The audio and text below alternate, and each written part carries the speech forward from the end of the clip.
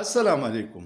ما پرون یو ویډیو کړی و د افغانستان د یو جنرال موبین صاحب په بیان باندې او ما پکې دا ویلیو چې هغوی دا دعوه کړې ده چې د پاکستان نگران وزیر اعظم کاکړ صاحب 15 کاله په لندن کې په پاکستانی پاسپورت تیر کړي.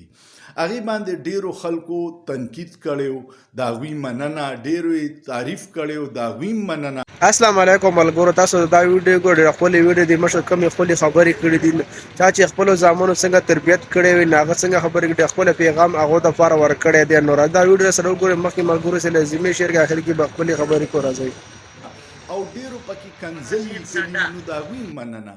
خو تجزیه کو چې کنزل څوک کوي.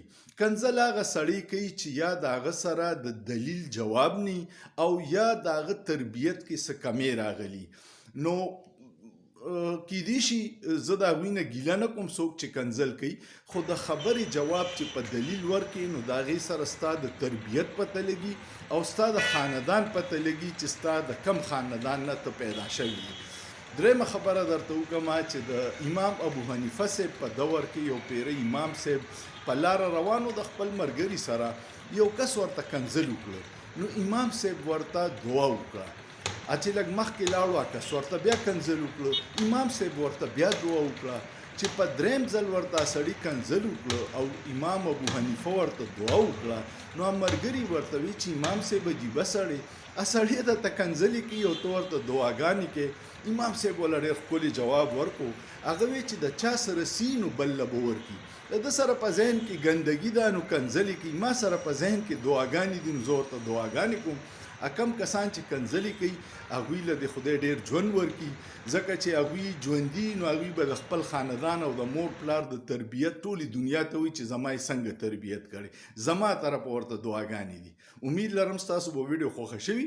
ویډیو مو خوښه شوه نو کمنټ پې وکړئ او زما ټول افغانیانو ملګرو ته دا خواست دی چې د دلیل باندې کوئ. پښتانه ټول افغان دي، پښتانه ټول افغان دي، مونږ په خپله په نسل افغان یو. د وطن جدا جدا شوي دي نو ټول خلک پښتون چې دی هغه افغان دی. نو کمنټ کوئ، ماله مزه راکوئ او سوچ پې وکړئ. په سوچ کې څه ګناه نشته.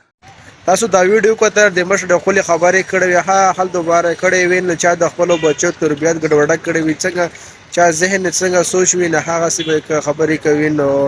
نو خپل بچو، خپل زامنو، خپل ورونو خدمت کوئ، ځکه چې د خبرې مو اورېدلې د کار څه کومې خبرې کړې وي، نو د خپل خبرې د کس کړې وي. د موږ ټولو پښتنو د پکاره دی له عبرت والو دا د موږ د خپل خبرې کړې وي، د موږ ځان نه خپل بچو دپاره، خپل ځان دپاره ډېر ځان نه خیران کړو. نو تاسو به موږ د ویډیو کتل ډېره مهرباني. السلام.